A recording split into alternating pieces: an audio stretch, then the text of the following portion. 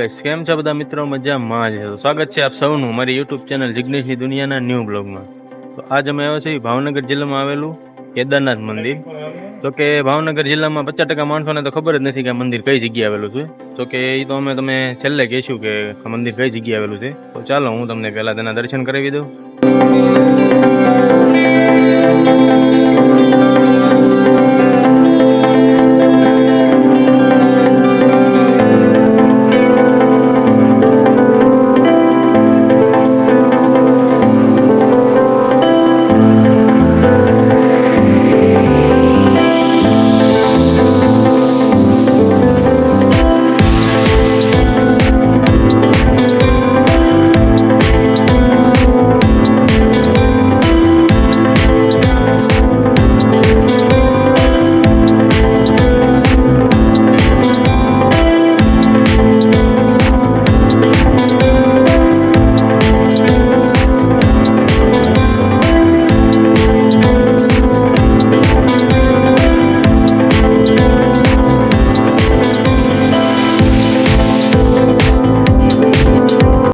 સ્થાનિક લોકોનું એવું કેવું છે કે ઉત્તરાખંડમાં આવેલું કેદારનાથ મંદિર જોઈને આ મંદિરનું નિર્માણ કરવામાં આવ્યું છે. તો જો કે અમે તો જે ઉત્તરાખંડમાં કેદારનાથ મંદિરે નથી ગયા એટલે બહુ ખાસ ખબર નથી બહુ મને કે ત્યાંનું મંદિર કેવું છે.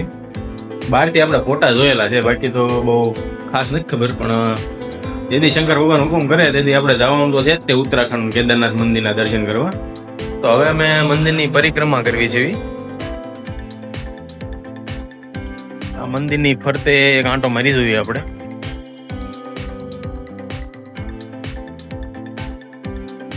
તો ચાલો હવે આ મંદિરની પાછળની સાઈડ તમે વ્યૂ જોઈ શકો છો કે ઝાડવા બહુ મસ્ત છે. આ મંદિરની પાછળની સાઈડ છે અને હું મંદિરની પરિક્રમા કરું છું.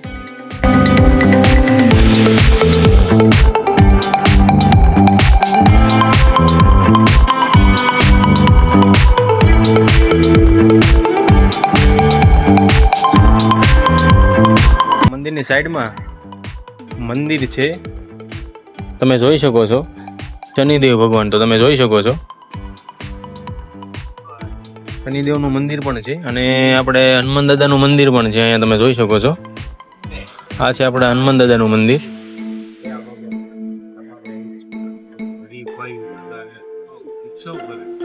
અને આ મંદિરની સામેની સાઈડ મોટું મેદાન ખાલી છે. તો પાર્કિંગની વ્યવસ્થા પણ કરેલી છે. તો એકવાર હું તમને અહીંનો વ્યૂ બતાવી દઉં કે કેવું છે. તો તમે જોઈ શકો છો આ છે ભાવનગર જિલ્લામાં આવેલું કેદારનાથ મંદિર. ત્યાંનું ગ્રાઉન્ડ છે આ.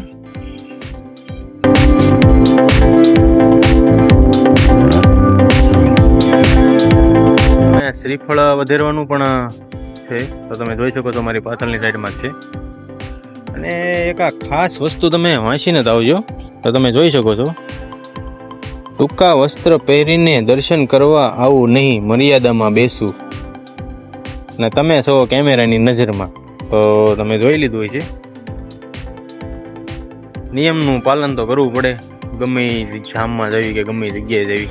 તો ભાવનગર જિલ્લામાં 50% માણસોને ખબર નથી કે આ મંદિર કઈ જગ્યાએ આવેલું છે.